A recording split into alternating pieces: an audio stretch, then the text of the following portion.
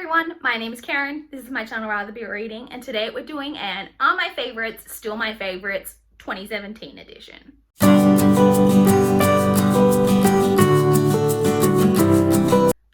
So if you have missed my two previous videos, I will link the 2015 and 2016 edition in the description box for you guys. But basically the gist of this is I am reacting to each of my favorites videos that I've done on the course of my channel so far. And then I am reacting to those, putting them onto a short list of my favorites that are potentially going to be on my top 10 favorites of the past 5 years. So I'm reacting to each of my favorites videos individually, and then I will be doing a final video taking all the books from that short list and trying to come up with a final top 10. So this is the video where I'm going to be reacting to my 2017 favorites. So I have no idea what to expect, because if you've seen the other two reaction videos, you know that there have been some real shockers on my favorites list. So let's just jump straight into my 2017 favorites videos, which I just did a straight top 10. So I don't know, there may be some honorable mentions. We'll see. Let's find out. Hi everyone, my name is Karen. This is my channel Rather Be Reading, and today I'm bringing to you my top 10 books of 2017.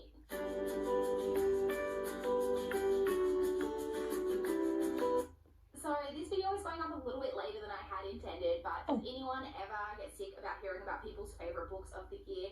I don't think so. So let's jump straight in and talk about my favourite books. But before we get started, I do just have one dishonourable mention. Oh, dishonourable mention. About my least favourite book of the year first off, because while I enjoy talking about favourite books, I love hearing about books that people hated. It's true. So for me, this was a really easy decision. There was only one book during the entire year that I gave a 1-star rating, and that was The Sham by Ellen Allen. This is a... Oh, yes. I hated that book, and I still viscerally remember everything I hated about that book. It is truly, truly terrible. I remember, I think it was Nicole from A Beautiful Chaos of Books. She posted a tweet quite a while ago saying what's one of your least favorite books you've ever read, and this was one of the two books that I told her about when I responded to that tweet, for my least favorite books, because this book is honestly one of the worst books I've ever read. Don't bother checking it out if you probably never heard of it, because it's not a popular book. But if you have and you were thinking of reading it, I'd skip it. Let's move on to the favorites. So if you've been watching my channel this year, that in terms of ratings, I did not have a great rating year. In terms of numbers, really great. I read 235 books in 2017, but I only rated 3 books that were new to me 5 stars. I did also... That's right. I remember that now. 2017 was the first year that my 5 stars... I've always been stingy. We know here on Rather Be Reading that I'm a very stingy 5-star rater. I don't know if I included the bit in this. I'll tell you what I said anyway. That I read 235 books in 2017, and I rated 3 of them 5 stars. So this was the first year that I had a real dry spell with 5-star reads. That continued into both 2018 and 2019, but not quite to the same extent as it was in 2017. 2017 was a really harsh year for 5-star reads. So it'll be very interesting to see what I include on this top 10, because at least 7 of these books weren't even 5-star ratings for me. So maybe that'll make it easy, and none of them will make the short list. Who knows? Let's find out. Okay, so just jumping straight in, doesn't look like I had any honorable mentions in 2017. It really was a tough year for ratings that year. Okay, let's see what the top 10 are going to be. Let's jump straight in and go through the books from 10 up to my all-time favourite book that I read this year. So coming in at number 10, I have The Winner's Crime by Marie Rutkovsky. So I've only included this book on its own, even though I did read the entire trilogy this year, because this was the book that I rated the highest, and it's the only book that I gave a 4.5-star rating. And this is in fact the second book in the trilogy. Okay, The Winner's Crime, Marie Rutkovsky, that is the second book in the trilogy, which was my favorite. And I know why. I can recall why that was my favorite, and it's the ending. I won't spoil anything, but it's something that happens at the end that I remember just being whoa boy. I did enjoy that trilogy. I only included the second one in this favorites, but I did enjoy the trilogy overall. It's YA, dystopian, and I enjoyed it, but I mean, that book on its own and the trilogy as a whole wouldn't make it into the running for like top favorites of the past 5 years, so I'm not going to shortlist that one. Coming in at number 9 is another second book in a trilogy, and that is Clockwork Prince by Clockwork Prince by Cassandra Clare. And yes, I again recall, and this is a very unpopular opinion, that book 2 is my favorite because everybody loves Clockwork Princess, which is the third book in the Infernal Devices trilogy. I always get the names of her series mixed up. This is the historical trilogy from Cassandra Clare set in the Shadowhunters universe. The ones set in Victorian England. And I really did love that trilogy. I've enjoyed all of the Shadowhunters books that I've read. I know they're kind of controversial. Some people really hate them, but I've enjoyed them. And I did enjoy, the Infernal Devices is probably my favorite of each of the 3 individual series that I've read of hers so far.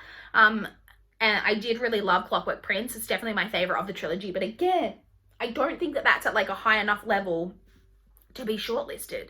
So far we haven't added anything to the shortlist, which is making my life for that final video a lot easier. Let's move on.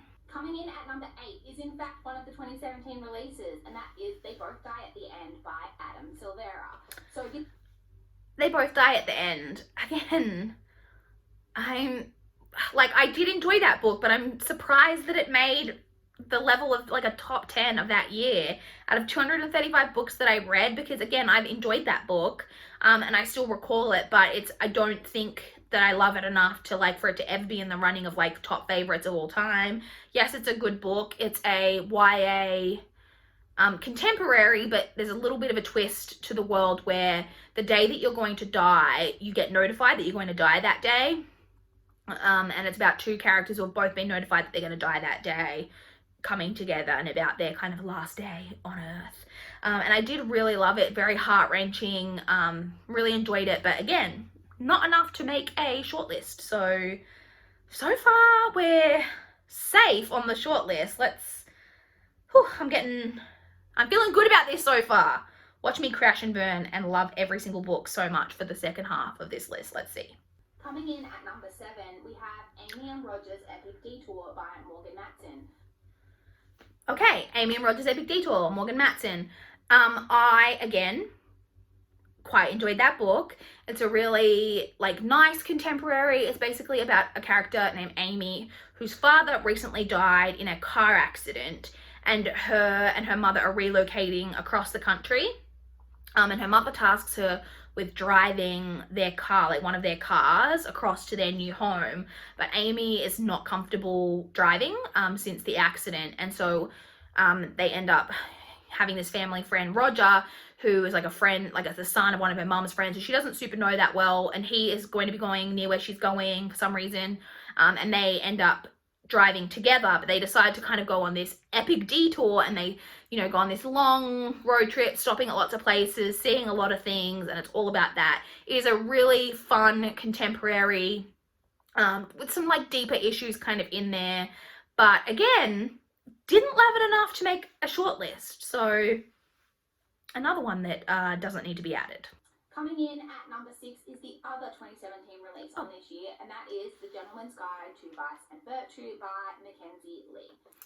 Okay, Gentleman's Guide. I've spoken about this book actually quite recently because I just recently read the novella that comes after this book. So this is, of course, historical, about Monty, who is kind of a rogue, and it is about him and his best friend Percy going on their grand tour, which is basically something they did back in the day before they kind of had to settle down and kind of take over their his father's estate that he runs and such. And Monty is hopelessly in love with his best friend Percy, and it's just kind of all about that. A lot of shenanigans and stuff ensue. Again, really enjoyed this book, but I don't think it would make the top books of the past 5 years. So again, not another one that needs to go on a shortlist. Can you imagine if this entire 2017 year had nothing that makes the shortlist? So we obviously haven't got to the 3 that I actually were 5-star reads yet. So I don't know, let's keep going. Coming in at number 5 is Making Faces by Amy. Oh, Making Faces by Amy Harmon. This is a new adult romance, one of my favorite new adult romances I've ever read. It is actually Christian fiction, easily my favorite Christian fiction that I've ever read. It's because it's not, like, it's technically falls into that kind of category, but it's not preachy in any way, which I personally, as a non-Christian, do find a lot of that type of writing to be particularly kind of hit you over the head a lot of the time. This is not like that at all. This is about two characters who went to high school together, and the male character who was kind of the popular, like, jock type character, and when he finishes high school, he goes, joins the army, and he and 3 of his friends, I think, or a few of his friends, all join and are sent overseas, and his 3, however many friends, his friends are killed, and he is, has a facial deformity that he suffers, and so when he returns, he kind of, like, takes himself out of society, doesn't interact with anyone, and it's about him and the character who went to his high school, who's one of the more shy, quiet girls, and it's kind of about their story. Really, really beautiful. One of my favorite, like, romances generally, but definitely one of my favorite new adult romances. A lot more kind of, I like the writing, but also, like, more kind of in-depth than what you get with kind of a lot of new adult romances. So again, highly recommend this book. Check it out if, you know, you're interested, but I don't think I love it enough to put it on the shortlist. But I do recommend checking it out. Coming in at number 4 is My Cousin Rachel by Daphne du Maurier. My Cousin Rachel by Daphne du Maurier. Okay, a second time a Daphne du Maurier has made my favorites list. As you guys know, if you watched my previous video, then Rebecca has already made the shortlist. And My Cousin Rachel is my second favorite Daphne du Maurier that I've read. Really, really enjoy it. This one is basically about a character who grew up being raised by his uncle, and his uncle has been unwell and basically goes to another country, goes away for a while, and through letters his uncle informs him that he's met this new lady and he's going to marry her, and then but he's never met her, and then the uncle ends up dying pretty shortly afterwards, and the main character suspects that maybe this woman had something to do with it, and then the cousin ends up coming over to England to visit him, and it's all kind of about all of that, and there's a lot of kind of suspicion and intrigue, and it's very, like, kind of gothic. Really, really enjoy it. Do I enjoy it enough to make the shortlist? I'm trying to think whether it's possible that 2 Daphne du Maurier, I mean, it's definitely possible. Should I put this on the shortlist? It definitely is not Rebecca level. Like, Rebecca is like could hardly be touched. It's, like, up there in the echelons of, you know, kind of book for me. But My Cousin Rachel was really, really good, and I really did like it. I think I'm kind of wondering to myself whether I'm putting this on the shortlist, but just because I haven't put anything on the shortlist yet. But I think it could potentially be in the running. It kind of depends what else is on the shortlist, which a lot of the books, off the top of my head right now, I can't even remember. So I think I am going to put this one on the shortlist. Coming in at number 3 is A Court of Mist and Fury by Sarah J. Maas. What the heck? Okay, A Court of Mist and Fury. Of course that was going to be on a list. And again, this is a book that I put on my favorites list on its own, I recall, because I enjoyed A Court of Thorns and Roses enough. I think I gave that, like, a 3.75. Definitely enjoyable, but not, like, amazing. And then the third book I gave, like, 4 stars, something like that. But A Court of Mist and Fury was so freaking good. Like, just, like, mind-bogglingly good. I was like, oh, so good. I'm sure you all know what the Court of Thorns and Roses trilogy is about. A Court of Mist and Fury has to make the shortlist because I loved that book.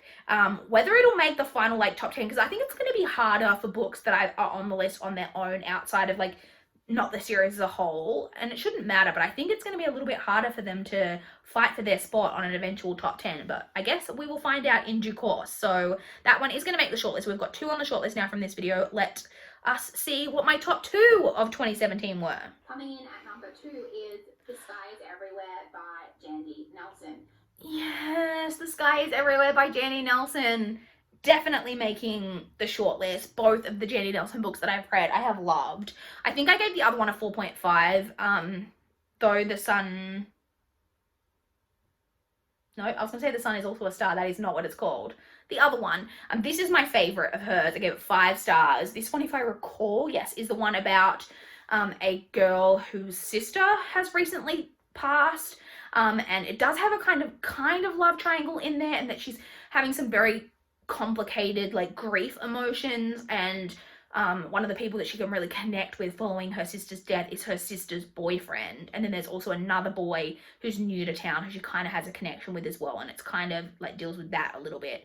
I loved this book.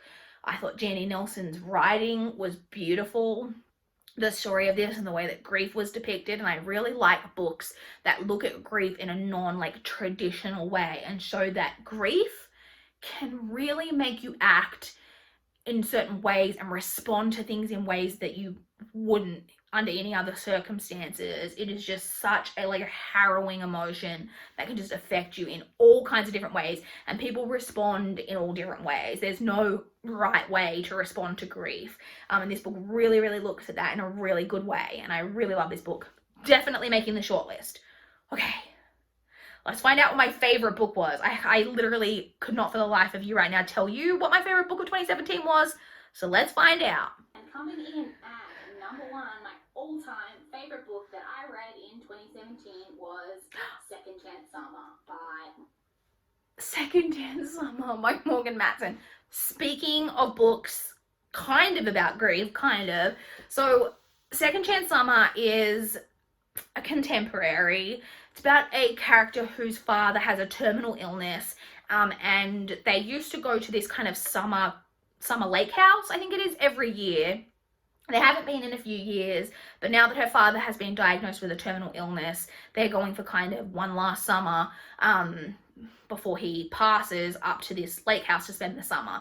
And she has the main character has some complicated feelings about that, because there's some people that she had that something happened with, you're not really sure what, but she hasn't seen them since it went down a few summers ago. And it's kind of about that story, but then also obviously dealing with the situation with her father. This book, I almost want to cry thinking about this book. This book hit me in the feels so much harder than it's one of the books that's maybe the most emotional that I can think of having read. Definitely will be on the shortlist. It's easily my favorite Morgan Matson book that I've read. I think I've read 3 or 4 of hers, but this one is just so far above her others in my opinion. And I've enjoyed everything with Morgan Matson that I've read, but this one is just a next level read for me of her. So yes, that one is going to go onto the shortlist as well. Okay, so no real huge surprises in this year, 2017's favorites. And it's funny that the top 4 are the 4 that I'm putting on the shortlist, but 4 out of the 10, so still almost half, are going on the shortlist. I can't remember, I think we had 11 on the shortlist already, so we're now at 15, and we still have 2 years worth of videos to react to. So oh my gosh, that video of doing that final top 10 list is going to be brutal. I would love to chat with you guys in the comments down below if you've read any of these books, if they were they favorites of yours as well. If they were, would they make a short list for you of favorite of not all time, because there's a lot of books that I've loved that I read before BookTube, but favorites of the last however many years, or just favorites of all time in general. I would love to know. Please like this video if you liked it. Please subscribe if you want to see more from my channel. That is all I have for this video today. Bye guys.